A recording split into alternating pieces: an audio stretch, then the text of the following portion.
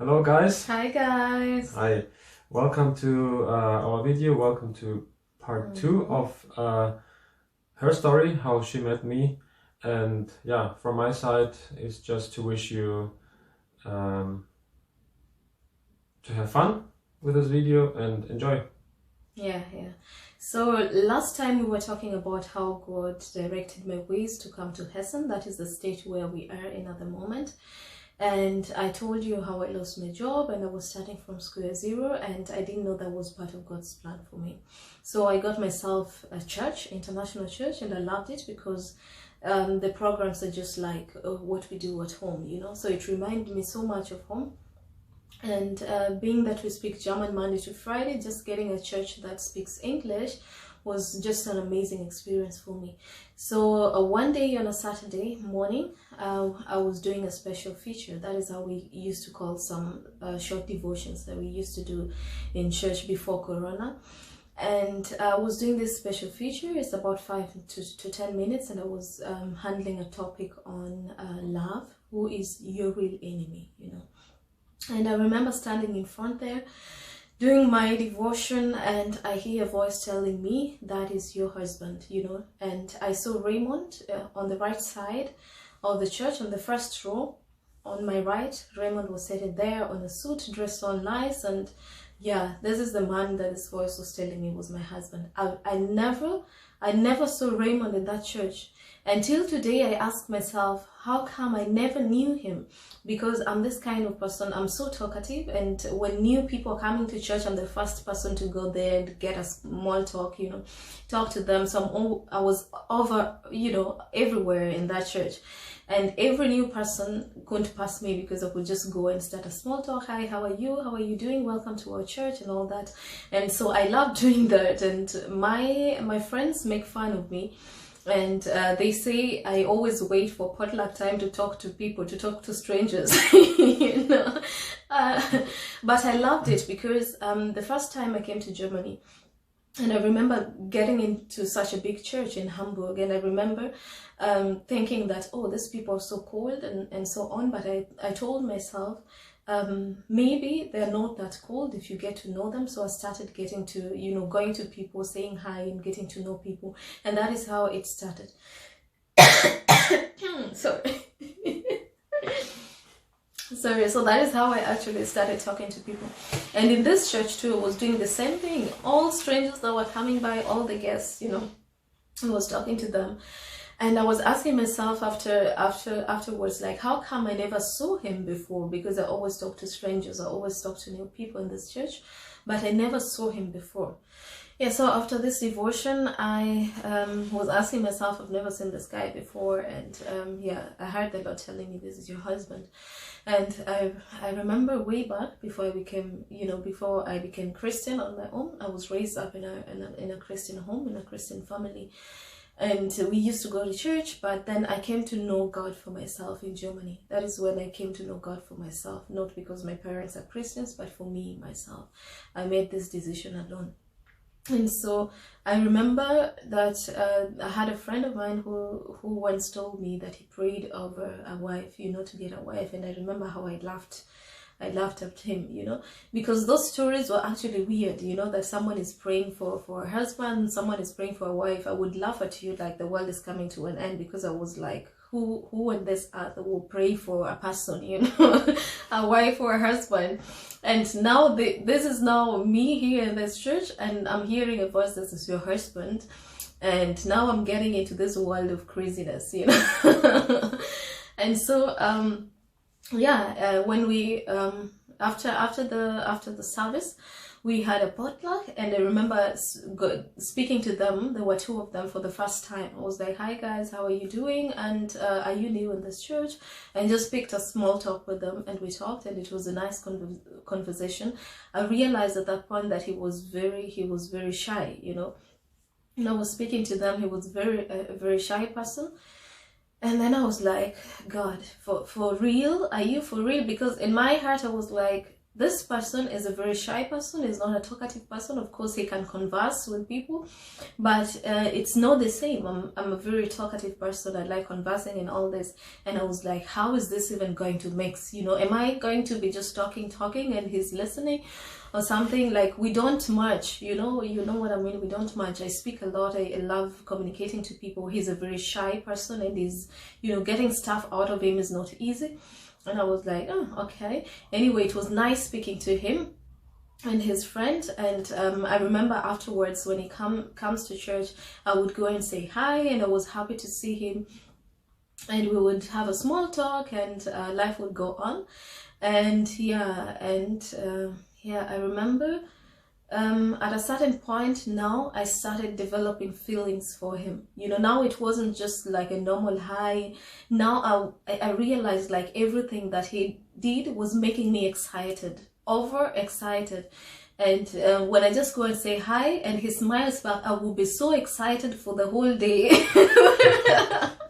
For the whole day that did you see how I would tell my friend, did you see how he smiled at me? He was smiling and all this. I would exaggerate small things, you know. Small things would now be so big in my eyes, and I realized, you know, my feelings were now taking over, and I started liking him, developing feelings for him. But then I realized also this was coming in between me and my work in church. And I'm a church figure till today, running up and down, doing stuff.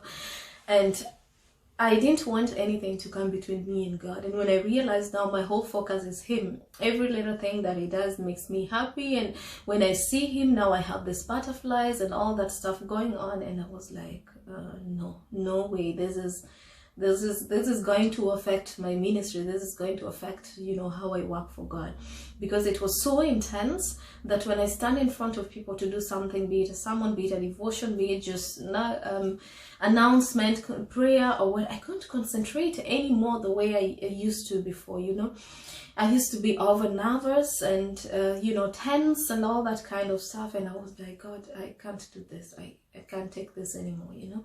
And it was so overwhelming for me because I didn't know his side. I didn't know whether he feels the same way. And also, I'm a lady. I can't just go and tell a guy, you know, now I have feelings for you or something. So I had to hide it for a long time. You know, I had to hide it under friendship for a long time.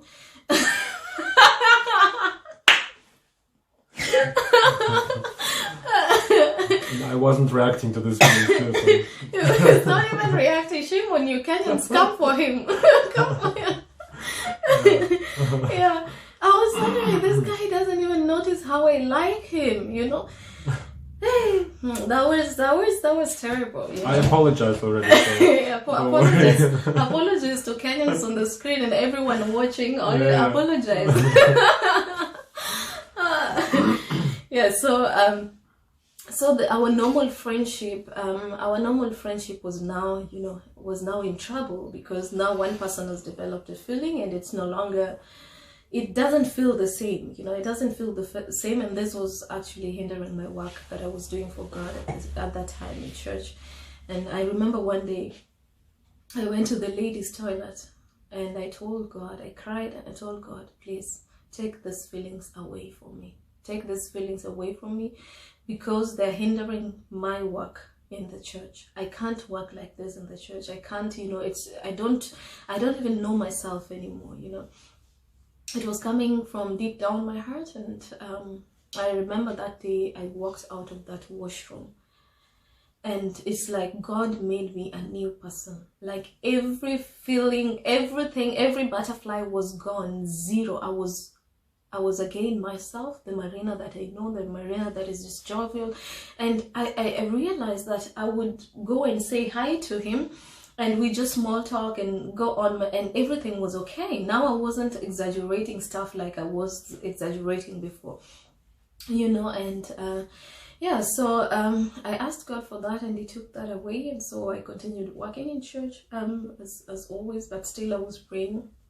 I was praying for a husband, and I was having him still in my mind. I was praying for him, and a friend of mine was also, you know, helping me pray for him too. Sorry to interrupt. When did you start praying, like praying not just for her husband, but exactly for me? Was it before you said to God, take these feelings away, or was it afterwards, or how was it? After God showed me that he's my husband, at that point I started praying. I started praying immediately, on that Sabbath. I started praying, telling God, if this is the man, then, may your will be done. So I didn't wait for a moment. I started praying for you immediately. And so by that time, at least it was really still nice, because, I know God has spoken to me. This is my husband, but then there's no strings, those strings attached to you. The problem started coming when now I started having feelings for him so strongly that it was coming between me and him. But still, I didn't stop praying for you. Because of that, even though God took that away from me and I could now work in church and do my stuff in just normally, I was still praying for you, and yeah. But the thing is that I remember, the more I prayed for him, the more even our friendship was now, I felt like you're distancing yourself somehow. Maybe it didn't feel to you like that, but you mentioned in your video, we were talking, sometimes it goes down, sometimes it comes up, sometimes it goes down. Yeah. I had a feeling that the times that I was praying so hard and fasting for you, those are the times that the communication was going down. Okay. And that is the weirdest part, something that I don't understand till today. The more I prayed and I was, there sometimes the prayers you make for a while, and sometimes you're so, you're not that steadfast, and sometimes you're on fire, you take that prayer up again. Yeah. The times that I was so much on fire for praying for you was like, God, if this is the man, then make your will be done. Those are the times that I felt like he's not writing in anymore, and that confused me. I was like, God, the harder I pray, the nothing happens, if you understand me. If you understand me. And what that did to me, Shats, what that did is it discouraged me a lot. Because when you're praying for someone and something happens, it gives you hope. But when you're praying for someone and nothing happens, and even the small stuff that you had together, the small friendship that you had now is even going down when you're praying more. I was so discouraged. It was such a discouraging moment for me. And now frustration started coming in. You're praying, but you're frustrated. And I'm telling God, no, I don't understand your will anymore, because it's not me. I was very sure that it wasn't my voice. Sometimes you hear a voice and you can say, this is me, Marina, talking. Yeah. But I was very 100% sure that I heard from God. I was very 100% sure that I heard from God. But what I didn't know is like, God, if this is you, why am I praying and things are going the opposite way? I didn't understand, Why am I praying and I'm getting frustrated? Why am I praying and things are not working? And but I continue to pray in my frustrations, and hoping that something will happen one day, because I was not going to tell this guy that I love you. No way. No. No way. I don't know, ladies, you feel me when I tell you this. I don't know whether it's just ego, a female ego, that you love someone but you can't you can't say this. I wasn't just brought up in a way that ladies make the first move, and even though I was dying inside, I would be like, take me to the grave with this feelings. Take me to the grave with these feelings, but I'm not gonna open my mouth to tell this guy I love you, And because I was protecting myself too, I was asking myself, what if he doesn't love me back, Then I live with that for the rest of my life, that he said no or something. What if I end up shaming myself and I don't know what to say, when he just looks at me and like, oh, okay, where is this coming from, So I was protecting myself too, and I was like, I'm not going to do this, Lord. But that prayer time, that waiting time, is a time that I was so frustrated, like I've never been before. It was so frustrating because you're praying and you're seeing things are not working. You're praying and you're seeing that your friendship is now even not on the level that it used to be. You know, you don't communicate that much, you know. And sometimes he communicates and I'm so excited. I'm like, oh, maybe something is happening, you know, I get so excited. And then the communication goes down again. And then I'm like, but Lord, what is happening, you know? And then I tell myself, Marina, just don't even give this a thought, just leave it. And, you know, but deep inside me, I'm also convinced I heard from the Lord. So it was a lot of confusion, like, God, what is happening? What is happening? I'm praying, things are not happening, but I'm very sure I heard your voice. So what is not happening here? So it was just a confusing moment for me. But then I know our God is not a God of confusion. So I still went deep in prayers and fasting, and I asked God, what do you really want from me, from him? What is going on? I don't understand this anymore. I'm confused, I'm frustrated, I'm in pain, and I don't know. I just want this guy to make a first move, and nothing is happening, you know. And I remember hearing from God one day on my knees, you know, in my bedroom. And I remember hearing from God telling me, I'll give you a great husband. But, you know, this but was there, but I need to work on you. I need you to work on your pride.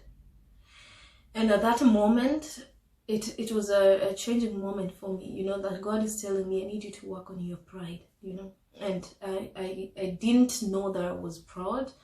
And that was an eye-opener. And at that time, I was so much on fire for God. I was like, anything you want me to do, I'll do. Yeah. And at that moment, God is telling me one of my dark sides, and he's telling me, you're a proud woman. And now I have to deal with it, you know. I said, okay, I have to work on this. And I accepted and I said, Lord, then change me. Make me the woman that you would like me to be before introducing me to my husband. So God started working on me. I started reading about pride. I started reflecting on my life and asking myself, like, what are the elements of my life that, you know, that I see that depicts that I'm proud, you know. And yeah, so I started working on myself. Now the focus stopped being on Raymond, and I'm praying for him, even though I was still frustrated and all that stuff. But then I was also frustrated on working on me. I was like, God, change me to be that woman that you want me to be. Change my dirty, bad characters, so that, you know, I can just be a woman that you can present to someone, you know. And yeah, so that is how God started working on me. And in the next series, I'll let you know how it went on. Yeah, what happened with the whole frustrations that I was having.